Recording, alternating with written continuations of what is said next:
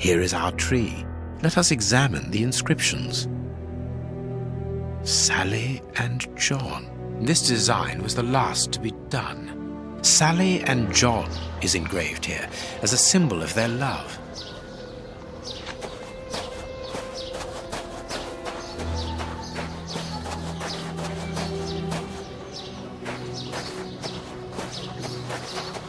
Yes, it must be there.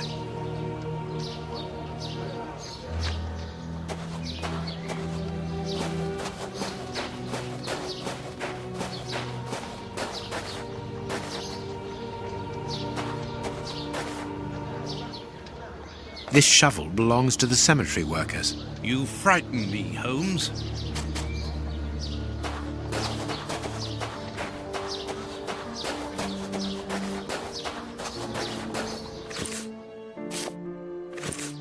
This must be the grave. Dig quickly, Watson. Very well, Holmes. Look, a metal box.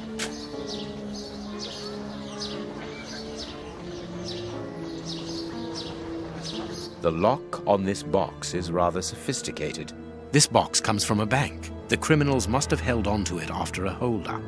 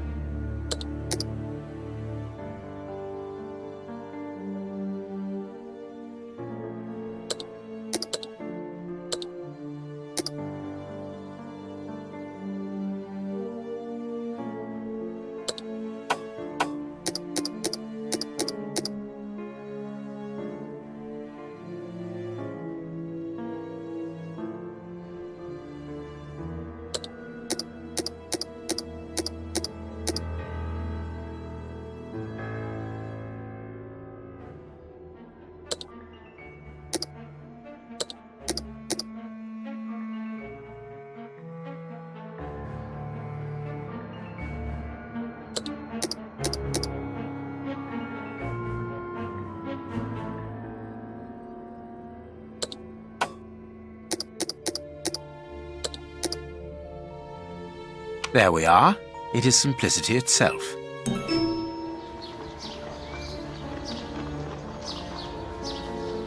This key must be important to be hidden here. These candlesticks are undoubtedly stolen. A hammer covered in blood.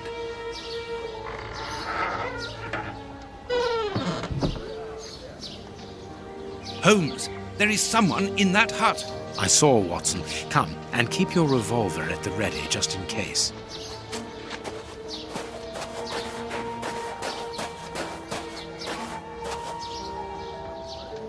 Open up. We're not the police. Do not be alarmed. That's a strange way of reassuring someone.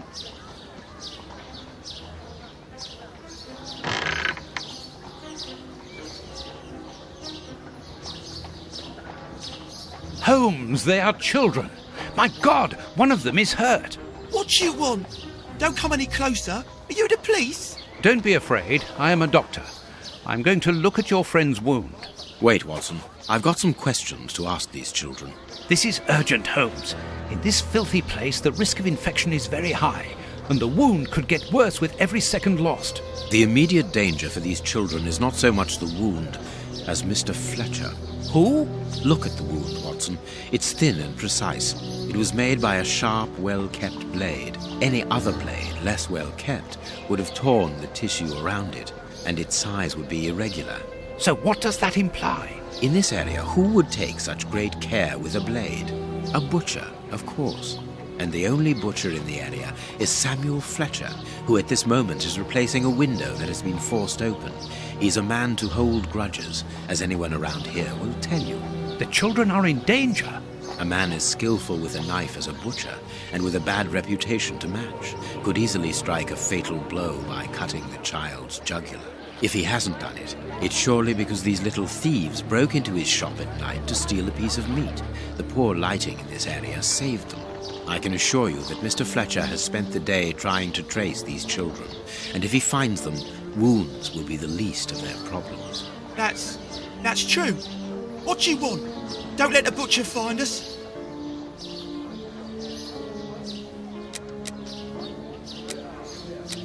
I could give Mr. Fletcher a compensation for the damage to his property, and he would certainly give up trying to find you then. But for that, you'll have to cooperate. Or else? Or else he'll likely find a less agreeable way of repairing the damage. Wait, mister. I know everyone here. I'll help you. Only protect us from the butcher. I am looking for Kurtz. Tell me where I can find him, and I'll smooth things over with Mr. Fletcher. Everyone here knows Kurtz. He's the worst person in the area. We call him the Colonel because he fought against the Zulus in Africa. He got chucked out the army because he's completely crackers. He lives at number 8 Batty Street. Good. Watson, see to the wound.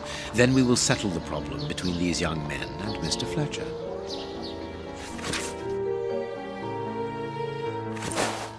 We must protect these children from that butcher, Holmes. It won't be necessary. I've had dealings with Samuel Fletcher before now. He's not the monster I've made him out to be. If he had wanted to kill them, he would have done so, even in dim light. By wounding the little thief, he wanted to warn him never to set foot in his shop again. Forget Mr. Fletcher, Watson. You mean you lied to frighten those poor children? Exactly. Clever, wasn't it?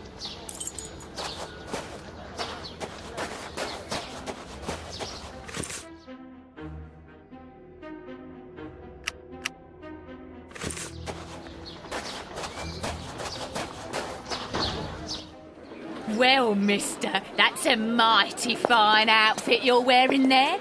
You stand out like a sore thumb, and that's no lie. Watch that you don't get it all dirtied up, but you'd be welcome to come back to my place. It's not far, and I'd sponge it down for you. Don't go back to Jenny's place. You'll get malaria. Thank you, madam. I'm certain that you would make a very good job of it. That will not be necessary, however. But your thought was a kind one. We'd best be leaving now, sir. Here, please accept this sovereign as a token of my gratitude for your concern. Well, I never. Thank you. That's right generous of you, my lordship. You are very welcome, madam. Madam, he calls me. Bless my garters. What a gent. If you're ready now, sir. Yes, let us go. What a remarkable man, the Prince Woodville, to talk to such a woman as though she was an equal. Let's find Batty Street.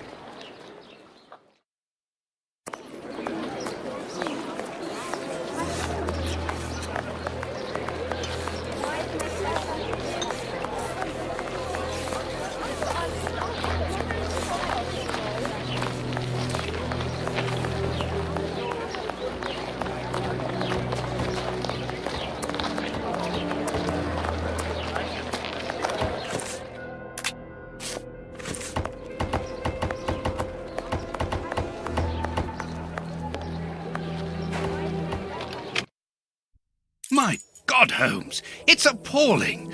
And the smell. But what can have happened here? Stay calm, Watson. Take note of every detail and be careful not to move anything. Very well, Holmes.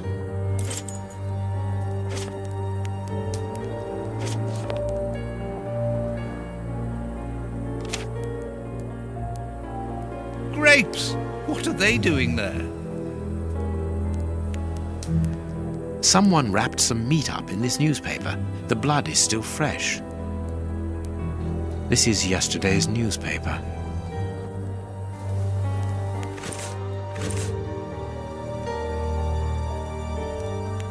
An old photo. It's written to our comrade Jeremy Kurtz from Commando J. Malan, Bloemfontein, 1883. Kurtz served as a Boer commando. He fought against his country. The dog's bowl is empty. Someone brought food for the dogs, probably just before the fight broke out.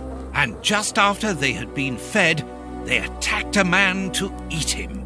Incredible. Let us look at our deduction board, Watson.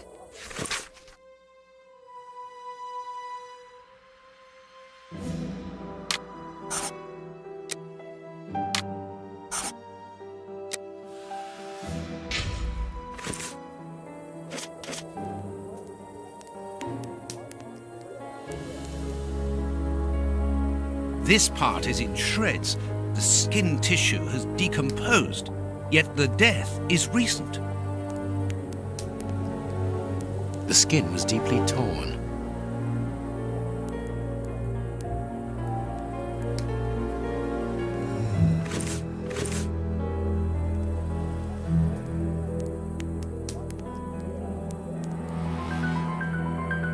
What a horrible wound.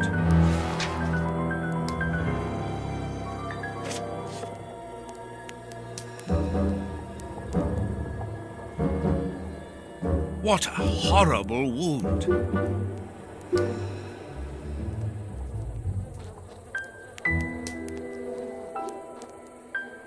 Size 9.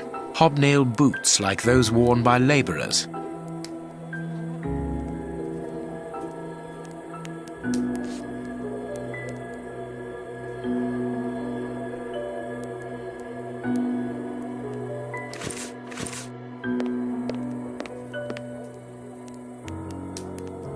This part is in shreds. The skin tissue has decomposed, yet the death is recent.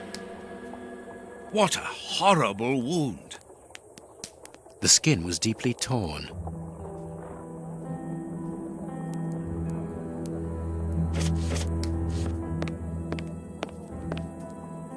The material on this tray is rather odd. A small burner. A pipe with a strange smell. Small burnt balls. There can be no doubt. Judging by the material on the tray and the pipe, the man smoked opium. Opium. I doubt if this man could have made his drug here. He would have needed a real laboratory.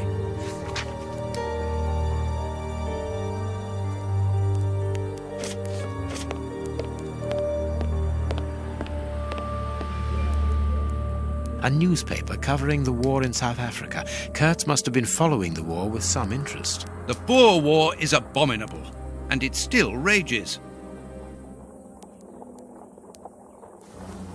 A military badge of the 58th Infantry Regiment of Her Majesty and a letter stipulating Kurtz's exclusion from the unit. He served in 1881. At that time, the regiment served in South Africa. Kurtz was in the Boer War.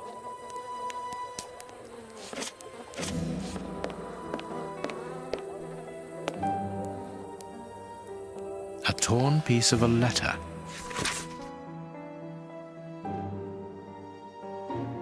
It seems to be a letter of dismissal. Apparently our friend Kurtz served in both camps in South Africa and was never a colonel, but that doesn't surprise me. A traitor, deserter, and a false colonel. What a charming gentleman.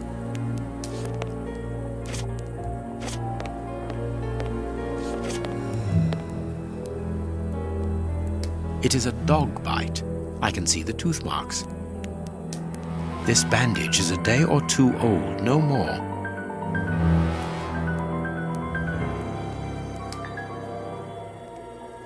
Only a dog could inflict so deep a wound, but it appears that the wound was gnawed at afterwards. This part is in shreds. The skin tissue has decomposed, yet the death is recent.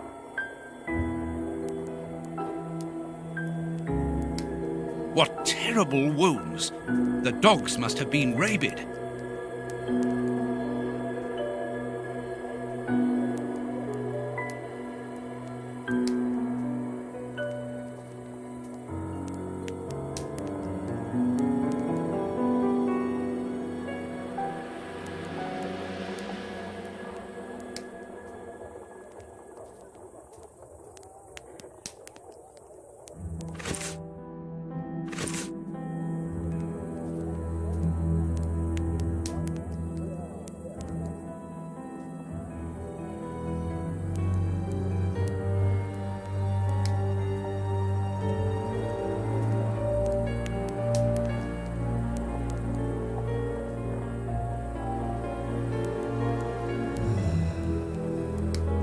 This bandage is a day or...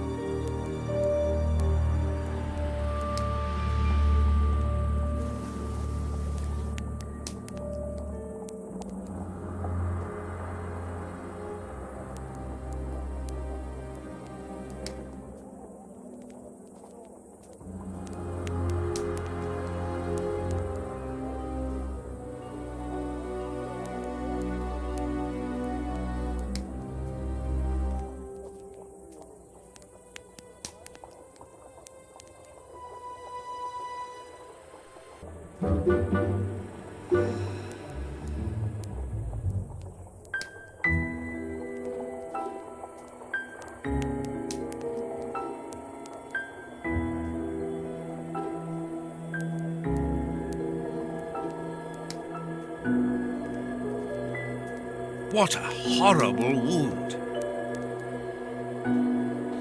Size 9. Hobnail boots like those worn by labourers.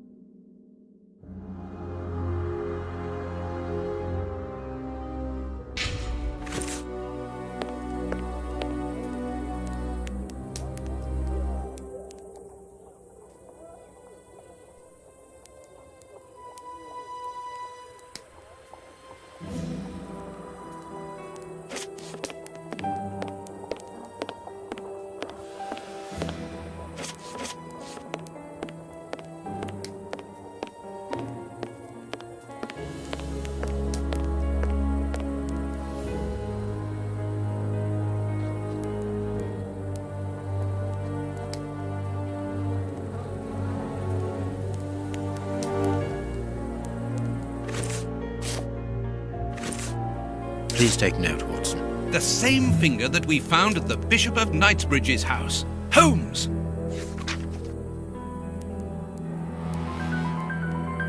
This part is in shreds.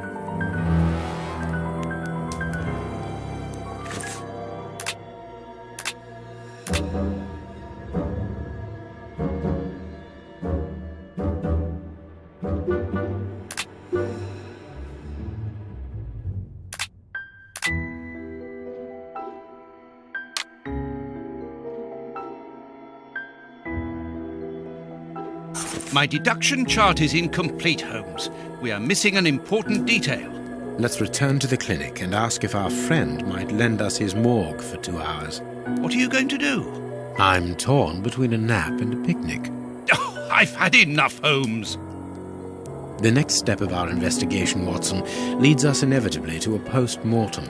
As you're well aware, in the instance where a body's vital organs no longer function, every minute is vital. Be quick now and procure the room while I arrange the transport. Very well. I will see you later.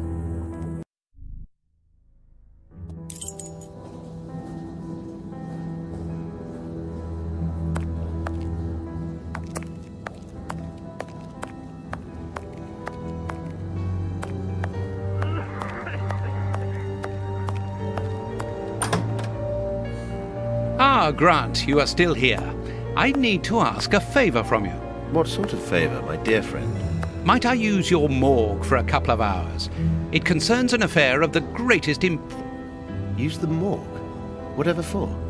Letting you poke your nose in everywhere is one thing, but closing my eyes to I don't know what unsavory practices. No, it's nothing like that. No, it isn't possible, sorry. Grant, listen to me. Don't insist. Where do you think you are? Perhaps because you come from the rich area, you think you are entitled to do whatever you like. But here in Whitechapel, it's the real world, you understand? The real world, where we have to take risks. Do you even know what that means?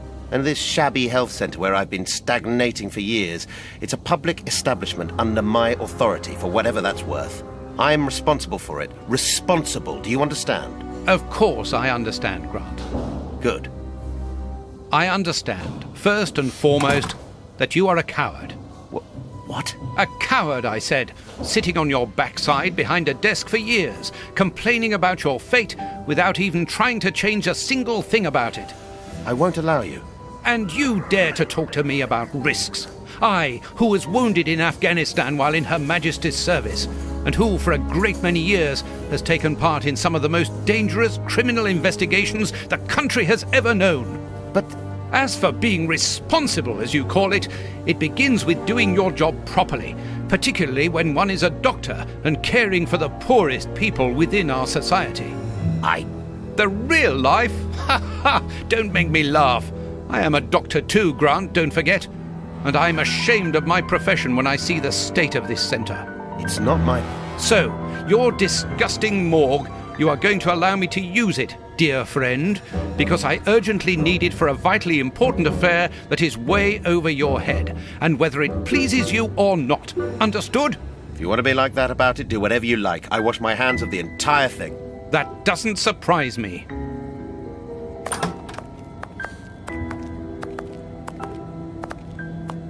This is a dismal place. Have you ever carried out a post-mortem, Holmes? It requires a great deal of precision. Don't worry, I learn quickly. Hand me a bone saw.